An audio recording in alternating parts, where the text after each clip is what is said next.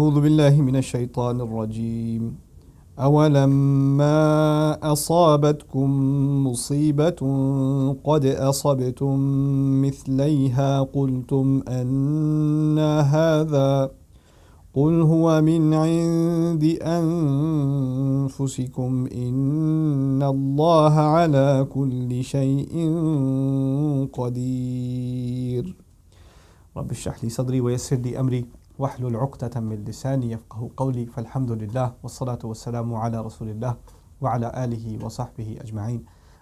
I actually wanted to share this one ayah with you, ayah number 165 of Surah Al Imran, for a very particular purpose. A lot of people ask questions about why Allah put them through difficulty. And it's a difficult question. You know, what did they do to deserve the difficulty? And also people ask sometimes, you know, when something bad happens, is it because I did something bad? Is it because it's my fault? Or is it because it was just decreed, Allah is just putting me through a test? How do I know which one it is, you know? Then there are other people who, whenever something bad happens, they blame themselves, right? They just say, I must have done something bad. I must have been bad to my parents. I must have missed a prayer or something, and that's why I got into a car accident or whatever. You know, they correlate things from the unseen to the seen realm. Now, these are some of the ayat that help us understand. Because on the one hand, Allah says, like in this ayah, أَوَلَمَّا أَصَابَتْكُم مُصِيبَةٌ قَدْ أَصَبْتُم مِثْلَيْهَا, when at the battle of Uhud, Muslims had difficulty, Allah says, when a calamity hit you, the likes of which you had already dished out to the enemy before, قَدْ أَصَبْتُم مِثْلَيْهَا, twice that you did the damage to the enemy the year before, قُلْتُمْ أَنَّ هَذَا, you said, how could this happen? How did Allah let this happen? قُلْ هُوَ مِنْ عِنْدِ أَنفُسِكُمْ, tell them this is because of what is within yourselves. This came specifically from you. It's your fault exclusively.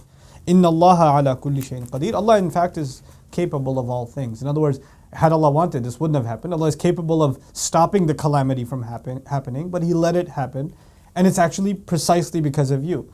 Other places in the Quran, Allah will say, مَا أَصَابَ مِن مُصِيبَةٍ إِلَّا بِإِذْنِ اللَّهِ, no calamity hits you, nothing strikes you except by Allah's permission. So how do you reconcile? On the one hand, it's your fault, and on the other hand, it is by Allah's permission. This is it. In very brief, I want to share this concept with you so it becomes clear, inshallah ta'ala. When you drive a car over the speed limit, and you're going between three lanes, you know, swerving this way, that way, the other way, and then you get into a car accident, you don't get to say, Allah wanted me to be in an accident, it's not my fault, you know, it's this qadr of Allah. What can you do? Inna Allah ala kulli shayin qadir. Allah does calamities come. Whenever calamities come, they are from Allah. You don't get to say that. You don't get to say what is clearly a result of your own deeds, your own shortcomings, your own irresponsibility. Something happens, you don't get to blame the decree of Allah. On the other hand, there are things that are entirely out of your control. Issues related to your health may be entirely out of your control. Issues related to a death in a family may be entirely out of your control. Even a car accident may not be because of your negligence, it may be because of somebody else's, right? You losing your job may not be entirely your fault, may not be your fault at all.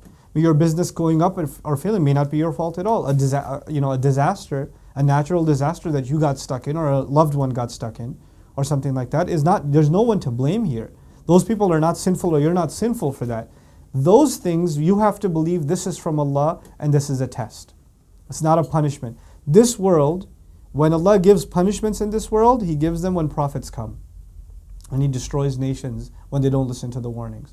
For people other than that, everything that you and I go through in this life is a test. Now, when difficulty does come to you and it's clearly from your own doing, like you could directly draw a line between, yes, I did this and therefore this happened. You can draw a line between those two things, then you cannot turn back to Allah and say, yeah, Allah, this is from you, it's not from me. Actually, huwa min indi anfusikum. So clearly in other places in Quran, when big calamities come to you, Allah says, Allah is letting it happen. Like, you know, Muslims went through trouble in Makkah, didn't they? They got tortured in Makkah. And at that point, it's as though Allah is saying, this is from Allah. You have to just be patient.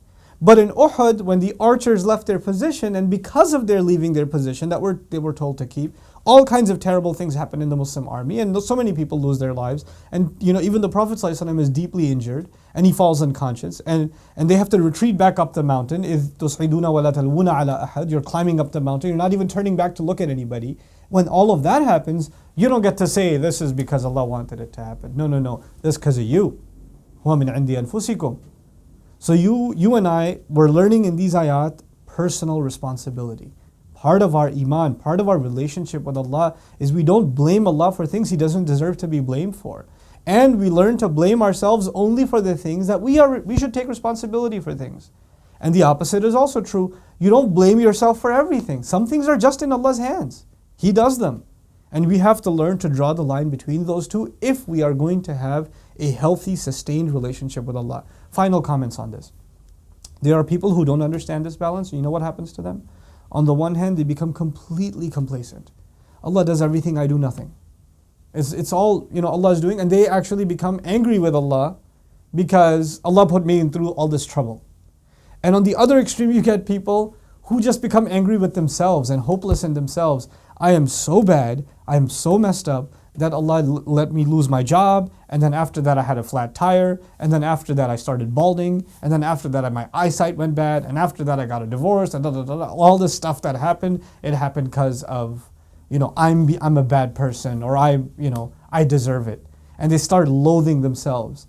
Allah Azza wa Jalla doesn't want us to loathe ourselves, and He doesn't want us to loathe Him. There's a love you have to have, not only for yourself, but only through the love of Allah you find even love for yourself and esteem for yourself. This is what these ayat teach. That the calamities that come, you have to learn to distinguish which ones are as a result of your own actions and which ones come directly from Allah Azza wa Jalla as a test so you can rise to the occasion. Barakallahu li wa lakum. Wassalamu alaikum wa rahmatullahi.